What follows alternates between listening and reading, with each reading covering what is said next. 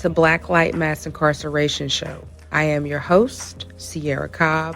Blacklight Mass Incarceration Show is a space that is used to uplift the unheard voices of the criminal and social justice issues that many face today. Thank you for tuning in. I hope you enjoy.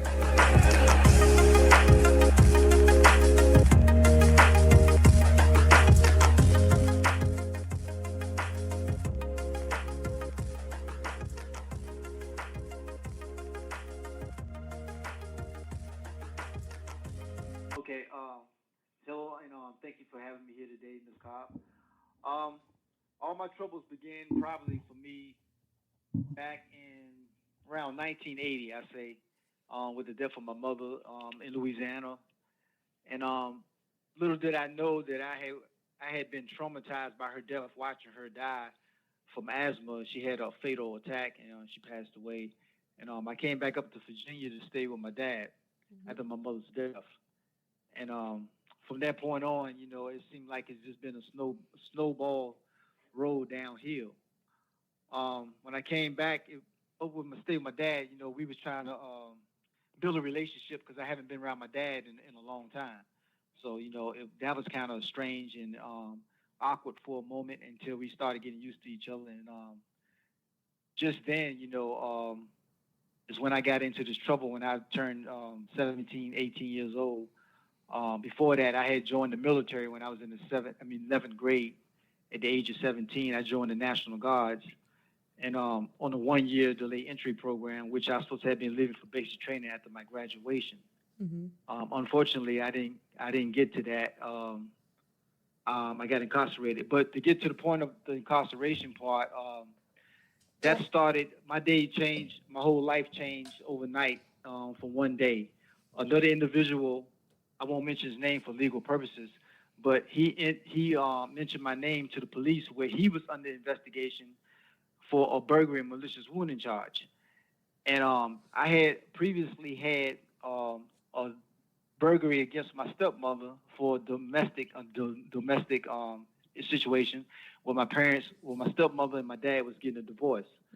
So my stepmom was, she got kind of reluctant of me being around. She wanted to go on with her life.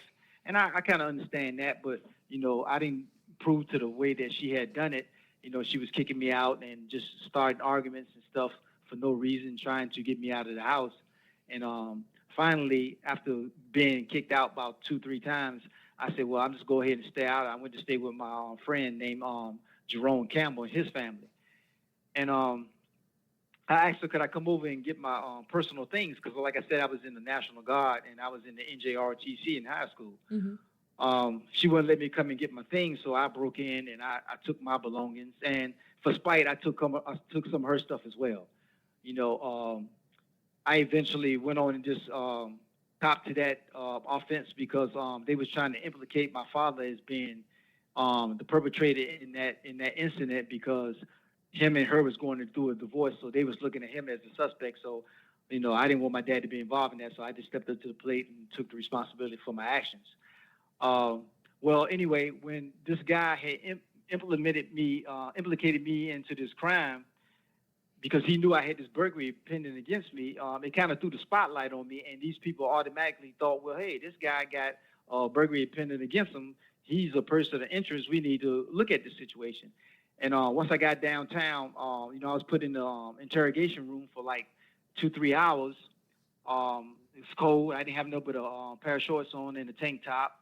I was 18 years old, and a pair of sneakers. So I waited in there for hours, and then they finally came in there and started talking to me. And, I stayed in the interrogation room for about 10 hours total, and while being questioned by 7 different detectives. And with, they have these techniques that they use on you that I wasn't aware of. They say that ignorance is not an excuse of the law, but it is. If you don't know, you don't know. You don't. I was young and I was dumb. Say again? I said, yeah, a lot of people don't know the law, and I think that's the reason why we all get Yeah. caught up. And yes, ma'am. And, if it's so important, then, why ain't they teaching it in the school? Right. Like they do regular curriculum. If it's so important, that's something you need to know. But to get back to the story, they was using these techniques of, manipulation and threats and the coercion and the distress, and I mentally broke down, and whatever they said, I basically like agreed to it. Yeah, okay, yeah, I did this, I did that, and for when I left out of the interrogation room, I had like 5 burglary charges, 3 malicious woundings, sexual assault charges, assault and battery, grand larceny, and all these other charges that I had. So upon receiving my lawyer, which was a couple of days later, maybe a week later, I was telling him, I said, listen, man, I'm not guilty. I said, these people put pressure on me. And, I told them whatever they wanted to hear. And he was like, well, I'm going to see what I can do. But the whole time, my lawyer never done nothing to help me. He didn't do a motion for discovery. He didn't do an investigation. And all these crimes that I was charged with was crimes that already happened months before I was arrested. So they was like, just cases that was cold cases that was open. They had nobody. And when I came along, they put the cases on me. I hadn't been identified in none of these crimes. They had my DNA, so they could have matched my DNA to the sexual assault victims and everything. There was no certificate analysis in my case. There's no hospital records of the victims in the court record. There's no forensic evidence of any kind or physical evidence. And the reason why I'm in prison is because I pleaded guilty. That is the absolute only reason why I'm in prison. So, and I had become. Hold on one second. So, did you go to trial or you just took a plea deal? No, I didn't even take a plea deal. The plea was just a plea of guilty for leniency on the court on me. I didn't even take it for a certain amount of time. So there was no plea deal and no trial? No trial, no plea deal. Wow, I ain't never heard nothing like that. Virginia's different, but I ain't never heard nothing like that. That's crazy. Yeah, I pled guilty, and the next thing you know, I got life plus 150 years. But to backtrack a little bit before that, my lawyer, like I said, he didn't do anything to try to assist me in my case. Now, I'm not a lawyer, but I know that one-on-one for a lawyer is to file a motion for discovery to see what kind of evidence that the defense has, But from day one, this guy was getting me to plead guilty based on the confession from the interrogation. He was like, look, I don't really see you getting around with it, getting around this confession. The best thing for you to do, Mr. Bryan, I think, is to ask the court for leniency and plead guilty, because if you don't, the prosecutor attorney is pushing for life sentences on all your charges. So I'm like, I don't know. I know that the midnight burglaries carry life sentence, and sexual assault carries life sentence by itself too. So I was facing multiple life sentences, which I knew that. But, I didn't know that this guy didn't do nothing on his end. He was just selling me a dream, to go in there, and basically I became a witness against myself, and I helped the prosecution solidify all these cases and close all these cases, where there's no evidence and nothing. And now, decades later, I can't even go back and prove my innocence because there's no evidence in the case. Being that the evidence never brought up, the evidence all been destroyed in my case. The only thing that I can go back to prove is the wrongful conviction itself, and right. the constitutional violations of the illegal search and seizure without a warrant. They took my blood and all this type of stuff. They didn't have a warrant or search order or court order or whatever. And they did a lot of violation. And also the judge that I had that was superseding my case was being cited by the NAACP, the American Bar Association, because he was a member of the James River Country Club, which discriminates against black members. Didn't have any black members. So at this time, it was Senator Robert C. Scott was the senator of Virginia, and this judge was up for reappointment. And he refused to reappointment. He refused to sponsor him for reappointment because he was a part of this club. Now, we know today, if that type of stuff was going on, that a judge couldn't sit on the panel and reside as a judge. You know what I'm saying? He had to recluse himself. Right. Because that's automatic being biased. And just come to find out, I do my little research, that Virginia did not have any protocols in place back in the 80s that didn't allow a judge to do these things. And then when the case came up about this judge and another judge named Curran, they finally, the American Bar Association said that they was going to implement a law saying that it was invidious discrimination, so that they couldn't have judges serving on the bench that was involved in or participating in type of organizations like that. So, obviously the judge was biased against me as well, because he made a statement at when I went to trial, which wasn't a trial, but I was at my trial hearing, and he asked my lawyer and he asked the prosecutor attorney, did they see anything wrong with the video from the interrogation, which is supposed to be the confession? And both of them said, no, sir. And he said, oh, that's from a legal standpoint. So he never even viewed the videotape. Right. So how can you're a judge. You supersede the case. You're supposed to make sure that I wasn't under duress, under any kind of pressure that you could see on the video. He never viewed the video. So everything just slipped through the crack. And unfortunately, I was on the receiving end of all this. And at the time, I didn't know nothing about the law. And this is the result of that. So how long did you actually get?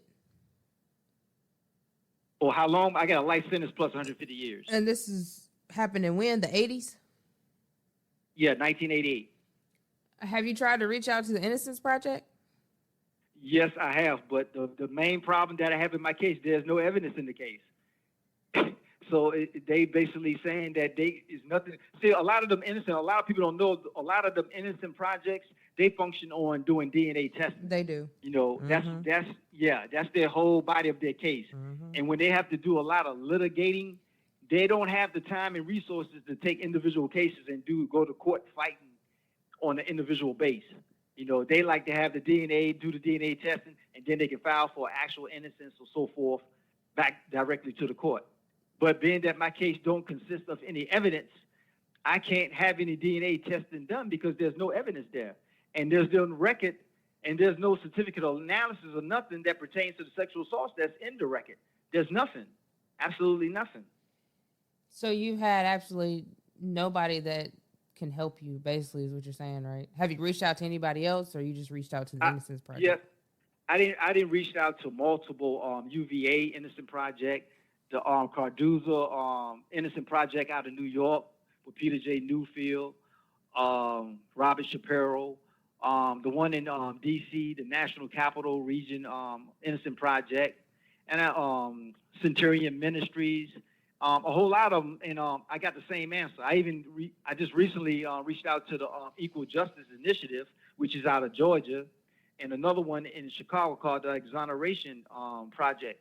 But I haven't quite got definitive answers for them yet. They're looking into the situation, but they haven't said they was going to take my case or anything yet. They're just going through the preliminary stages of that. But my case is old. It's 36 years old, so it's very hard to get people to look into it, because the first thing they think, well, this guy, you pleaded guilty. You know what I'm saying? Okay, yes, that's true. I did plead guilty. I can't take and undo that. But it was the circumstances that caused me to plead guilty. I didn't plead guilty because I was guilty. Right. I pleaded guilty because I was basically forced and coerced to plead guilty. And I didn't think that I had any other. Yeah. A lot of people are I didn't know forced I had any to plead guilty when they're not, especially when you're under duress and you've been in an interrogation room and they play all these mind games with you for hours and hours. And so they basically, trick your mind into you, saying that you did something that you didn't do. It happens all the time. Yeah, and that's a strange thing about it, because it does happen all the time. But for some reason, that when they're faced with that actual reality, a lot of people turn blind eye to it. I don't understand why. I be telling them, look, I'm innocent. Look into the case. That's all you have to do. If you look into the case, you will see that all this stuff that I'm saying is relevant. And that it is the reason why I led to my wrongful conviction. Of an innocent man. I was doing good. I was getting ready to graduate. Like I said, I was already in the military. I was just waiting to go to basic training. My life changed overnight. I was thrown into like a hurricane or a tornado, and there was nothing I can do but ride the storm out. And this is where I'm at today. So tell me how how do you handle this? Because that's a lot to digest, to be convicted of several crimes that you had absolutely nothing to do with, and then trying to get help and people saying they can't help you because, you know, it's been so long and there's evidence that's destroyed. So how do you handle that? Like, how do you prepare yourself You each know, day? you know that's a good question, right? And one of the best things that helped me so far is my spirituality. I study a lot of philosophy, and for some reason, philosophy seems to click with me and gives me that logical type of thinking. You know, it keeps me rational, and it keeps me from being bitter. You know, that's hard to stay not bitter and angry Mm-hmm. and wanting for revenge for the individuals involved in my downfall.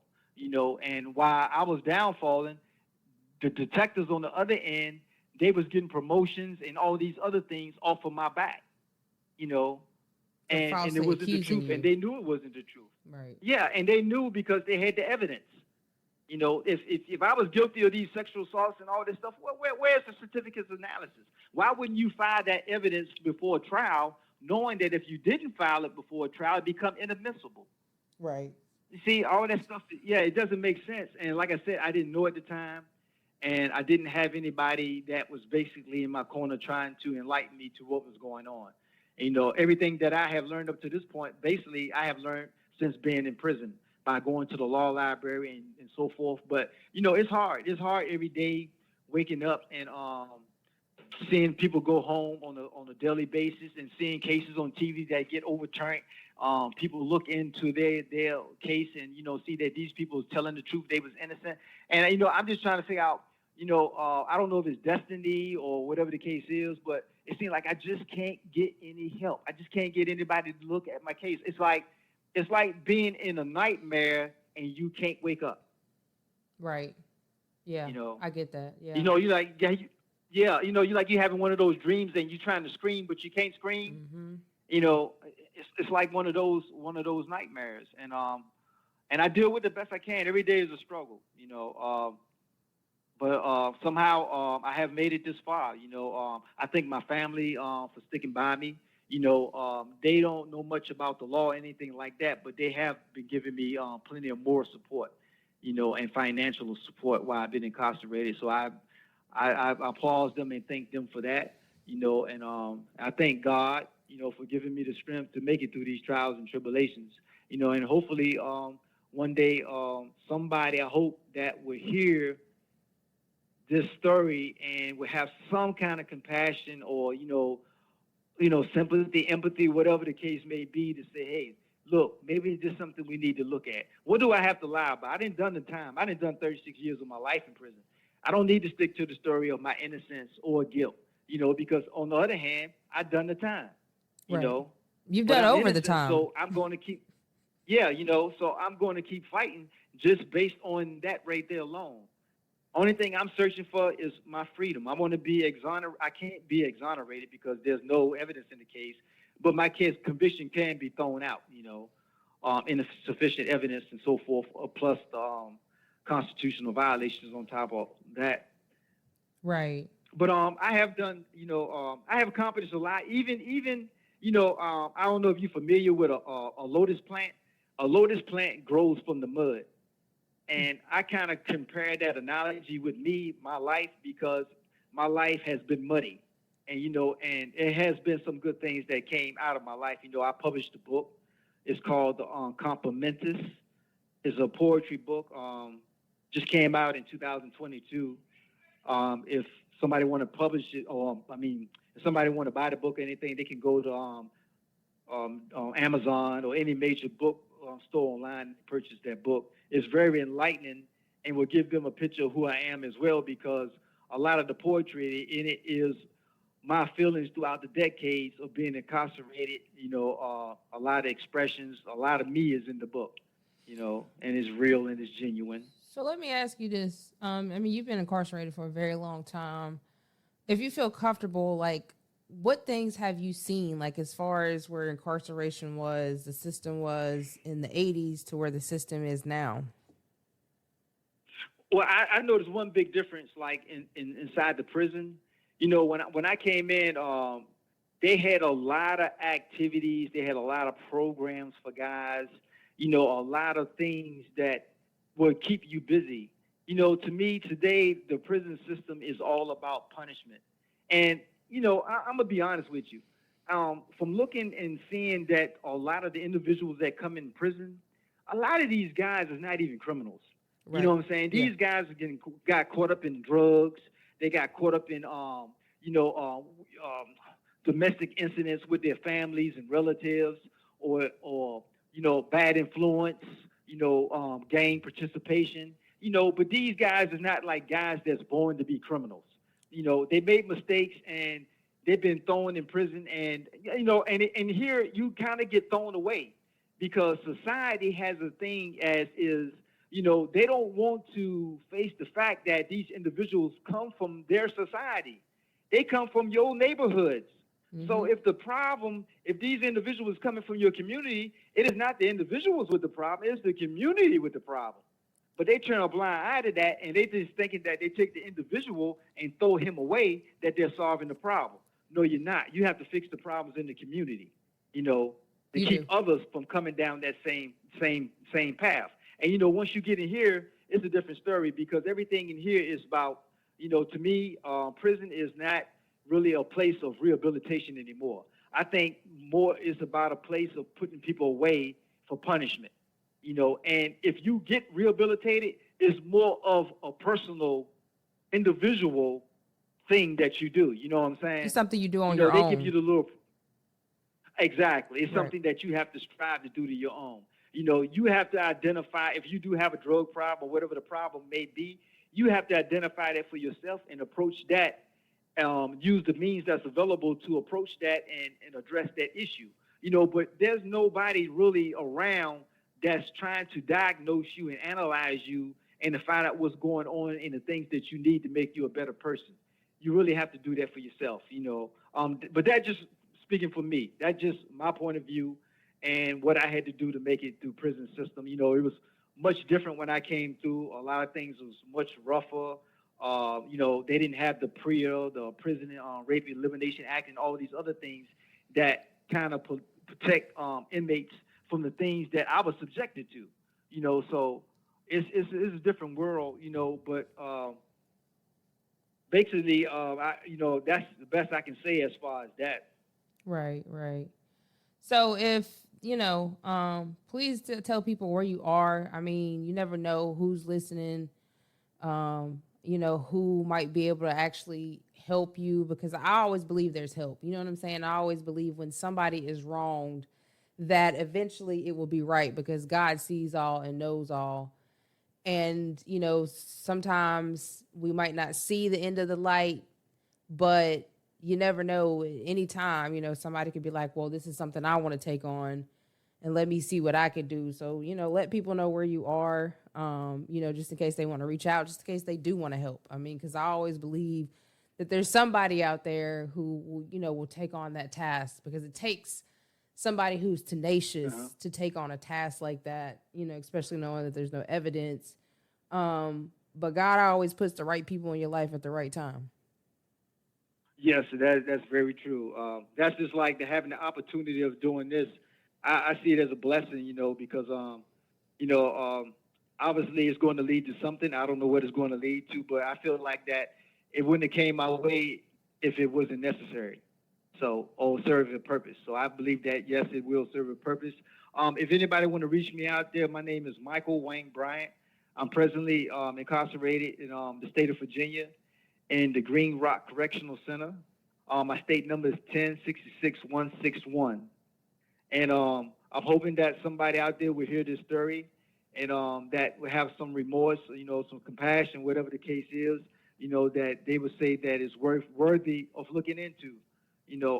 That's all I ask for, just somebody to look into it. And I guarantee you, once they look into it, they're going to see that that my case is a tragedy. It's something that should not have happened, but did, Mm-hmm. Yeah. And that's the dark vast of what Black Americans go through in America, is being accused of a crime that you did not commit and then having to serve the consequences of something that you did not commit. And in Michael's case, he's serving life plus how many years, you say? 150 years. Okay.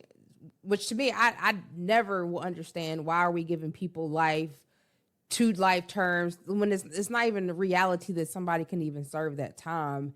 And when I went to do research, because I wanted to know why, judges are giving people that amount of time, knowing in reality they can't serve that. And they say it's because, just in case somebody overturns a life sentence, they can overturn 1, but they can't overturn 2. But then my thing is, you never know if that person actually committed that crime, because we have a system that has never been fair to people that are Black and brown and poor.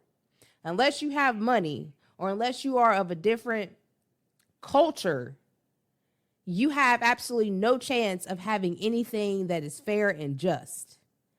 And so America has to take responsibility for the environment that they have created. They have created an environment of crime. They have created an environment of injustice against many people and many cultures.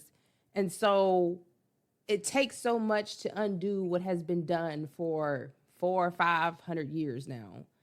And this is why I do what I do. This is why we have Black Light, for people to tell their story, because a lot of people who aren't even involved in the criminal justice system don't understand what people go through, what other cultures go through when we're out here in America. And your story is a vast example of what many people go through, have been incarcerated for a crime they didn't commit. My husband's one of them. He's also incarcerated for a crime he didn't commit, was falsely accused.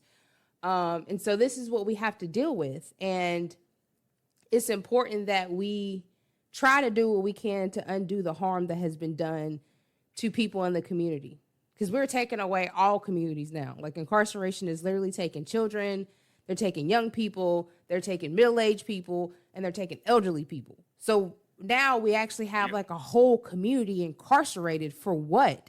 And then not only are you dragging the person that's incarcerated, but you're slaving their family on top of that, because they have to take care of the person that's incarcerated. I know firsthand. So this is why we created this space for people to tell their story, for people who are incarcerated to be uplifted, and for people to understand what people go through. So, I thank you for your story. Mm-hmm. And I like to say one last thing. I said, well, for me, like, one of the biggest things is that is carrying that burden, because, even though I have been expressing my innocence since I've been incarcerated, everybody said, well, everybody's incarcerated says they're innocent and so forth. And it aches me to my soul, because I know that is a true saying, because a lot of people do say that. And because of that, everybody is looked to as being lying. They're not telling the truth. You're trying to beat the system, so forth. And that burden is something that I have to tote every single day. I mean, the label of being a rapist or a burglar, or somebody that goes around and maliciously unleash violence on innocent people for no reason. Even when the counselors sometimes look at me or the other COs, they're not saying it, but I know in the back of their mind that they're looking at me, hey, this guy, I can't trust him. There's no telling what he might do.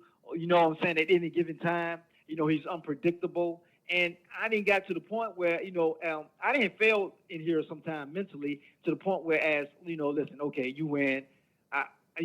That whoever you say I am, that's who I am. You know what I'm saying? Because I can't convince you otherwise.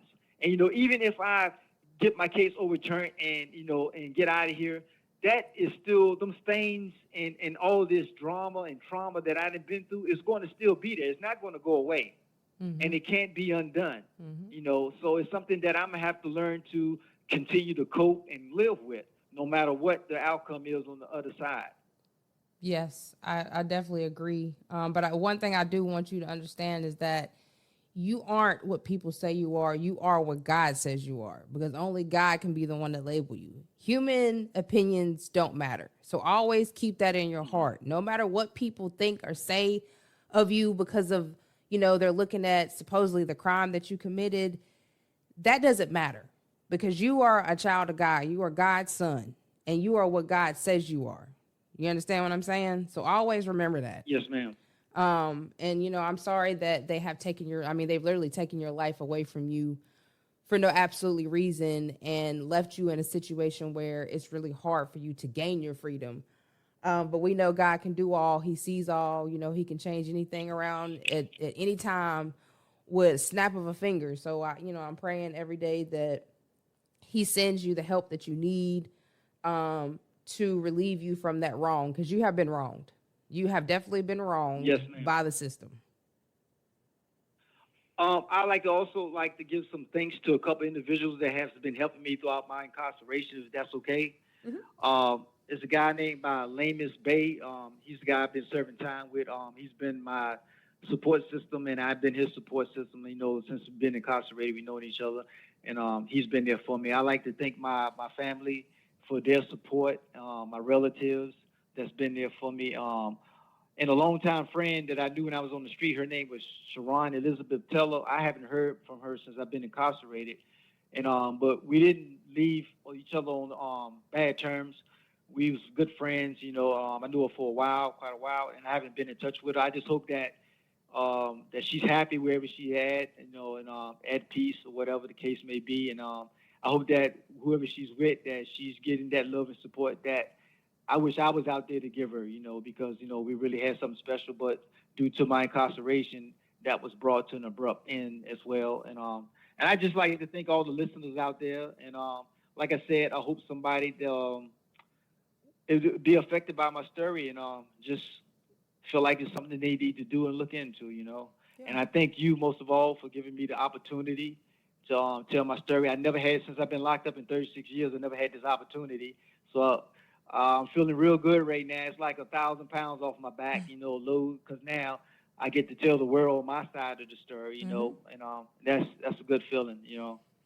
Well, you're welcome. That's exactly why we created Black Light, was to let people tell their side of the story, because their side of the story is never told. The only side you ever hear is what the prosecution wants people to hear. It's never the person who has actually been accused of the crime, their side of the story. So this is why we created Black Light, for people to be able to express that and have other people actually understand and get a glimpse into the person that's being accused of something, whether they did or didn't do it. I mean, everybody that's been on Black Light has not been innocent. There have been people that have done it, but they also have been remorseful and understand and take accountability for their actions. And that's what we're here for, whether you're innocent or whether you've done it.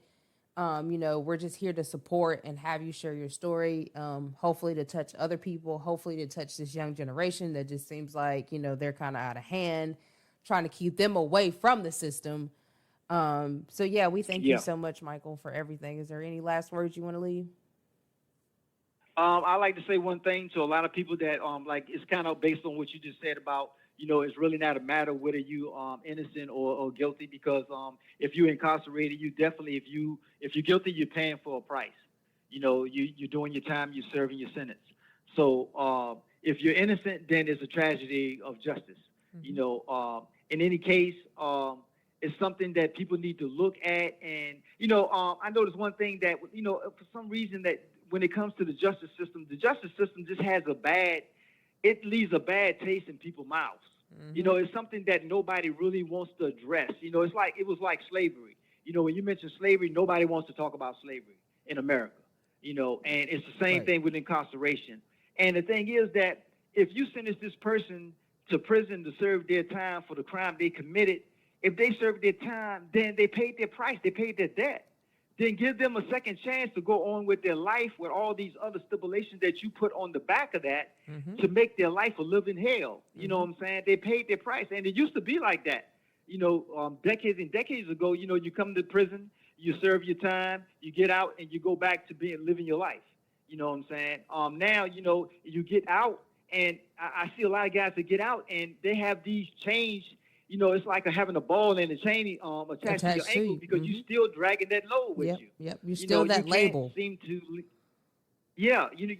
can't get rid of prison. You can't get it off you. And that's because the justice system don't want it to get off you. You know what I'm saying? It's like you're incorrigible. You can't be fixed. You can't be a better person. You're going to be like you born a criminal. Nobody's born a criminal. People come be criminals because of their environment. and they pick up bad habits, but I don't know. Society, I think, has to take some responsibility on bringing people. When you send people away to get punished and pay their debt, then you have to also be willing to accept them back into the community before as if they never left. You know what I'm saying? They paid the debt, welcome them back in the community. That's true. I couldn't agree more. Yeah, and that's just like some of the things that I see that goes on in here, but it is what it is, and like I said, I thank you and I appreciate it. Let me ask you a question. Yeah. If somebody wants to view these podcasts, how do they go about seeing them? We are on every major streaming platform, so wherever people get their podcasts, whether it's Apple, Spotify, Google, we're on everything. And then we also have a YouTube page at Blacklight Mass Incarceration Show. You can just Google it and everything will come up. But we're on every major streaming platform. So you just Google Blacklight Mass Incarceration Show and it'll come up on, whatever you want to listen to, whether it's YouTube, Apple, Spotify. You can even listen to it on your computer. We're everywhere. So you can find us everywhere. Just Google. That's all. Okay, Google Blacklight Mass Incarceration Show. Mm-hmm. Show. Mass Incarceration Show. Yep. Toe. Yep. No, say that in again. Blacklight Mass Incarceration Show. Okay. Yep. Gotcha. Yep. Okay, and thank you, and I appreciate it. You're welcome, Michael. Take care. Keep your head up. Okay, you too, and thank you. You're welcome. Bye-bye. All right, family. That one was a little heavy. I'm not gonna lie, that one was a lot of heavy. I've done a lot of interviews with people that are incarcerated. Some are guilty, some aren't. But to hear somebody say that they were convicted of a crime with absolutely no evidence, no witnesses, no forensics, the lawyer didn't get the motion of discovery, no trial, no plea deal. And for him to be incarcerated for 30-something years and now all the evidence is destroyed and that he can't get help because I don't know what the reason is. But this is what pushes me to go be a lawyer so that maybe I could be that difference maker, because it is so hard for me to hear people say that they can't find help. And I know firsthand because it's the same way with me and my husband. His is not as bad as Michael's. He has been falsely accused of something he didn't do, and the evidence does not match that. But it's hard when you're innocent and deep down in your soul that you are, and you're trying to get somebody to help you, and you can't get help for one reason or the other, whether people just don't like dealing with plea deals, whether you have destroyed evidence, whether you have a case that doesn't have DNA, because that's what I'm not lagging on the Innocence Project, but that's really all they handle is DNA cases. And so it leaves a lot of people in a gray area where they're just helpless unless they're in a prison with somebody who was good with the law. Don't get me wrong. A lot of people who are incarcerated because they have nothing but time on their hands are wonderful at law. Don't have to go to law school. No, nothing. They sit in there and they learn that law day in and day out. And I have met and interviewed a few people that are like that. I know one guy in New York, his name is George, and he is wonderful at law. You know what I mean? Because he took that time to learn the law and also help get other people out. He eventually got out, but then now he's on to help other people who have been wrongfully convicted get out. And so I think it's important that we keep uplifting our guys incarcerated to start learning the law, because they also can be an outlet to help people get out, especially if you can't find outside help. And so, but this is what we go through on an everyday basis for a lot of people. Their life is snatched away from them. They're caught up in this web of a system that leaves you a lot of times with absolutely no way of relief. Tim is another one. Tim Wright, he's been on here a lot of times. He's another one that is caught in this web of having to have the smoking gun to get him out. And he was charged with, I think he got 60 years. Michael has life plus 130. My husband, thank the Lord, isn't as bad, but he got 25 to 32 years. And so we're snatching people's lives away for what? Like, for what? I couldn't be a prosecutor or judge and lay down knowing that I have possibly, without doing all of my due diligence to ensure that the person that I'm accusing of this crime really committed this crime beyond a reasonable doubt. I want to keep iterating at, because the state has the burden of proof to prove that you have committed what they're accusing you of beyond a reasonable doubt. That means you can't have not a doubt in your mind that that person committed that crime. And if you have the slightest doubt, they're not supposed to be guilty, but the state gets off easy because you have where, in his case, he was pressured and tortured and coerced into pleading guilty. And so that gives the state a free pass to just give people all this asinine amount of time. And this is crazy. And now it's like I said before, talking to Michael, it is taking our communities, y'all. Like, do y'all not understand that incarceration is taking the communities? We're taking babies. We're taking middle-aged. We're taking elderly people and warehousing them. For what reason? For free labor? Because that's really all it is. If y'all go Google corporations that hire or that are a part of the prison industrial complex, you would be surprised the number of corporations that are part of that. Walmart, McDonald's, I could go on. Go Google it, you'll see it. So our money goes to them for them to get free labor off of people that's incarcerated. Like, this is not right. I can't digest this. I don't think I could ever digest that, because that is just, I don't know. It's just mind blowing, y'all. Like, I'm lost for words, because every time I hear a story like this, it resonates in my soul and it fires me to a different level of really trying to do what I can to help people. And it's got to be just more than me. You have other organizations that are really out there, boots on the ground, trying to help people. But we got to do better. We got to do better to keep our community together, because we're supposed to be a community. We're not supposed to be warehoused in a metal facility and continuously tearing down the people that are in there. And then if they do get out, they really don't have any type of reentry. Then they have this label, as he was speaking on.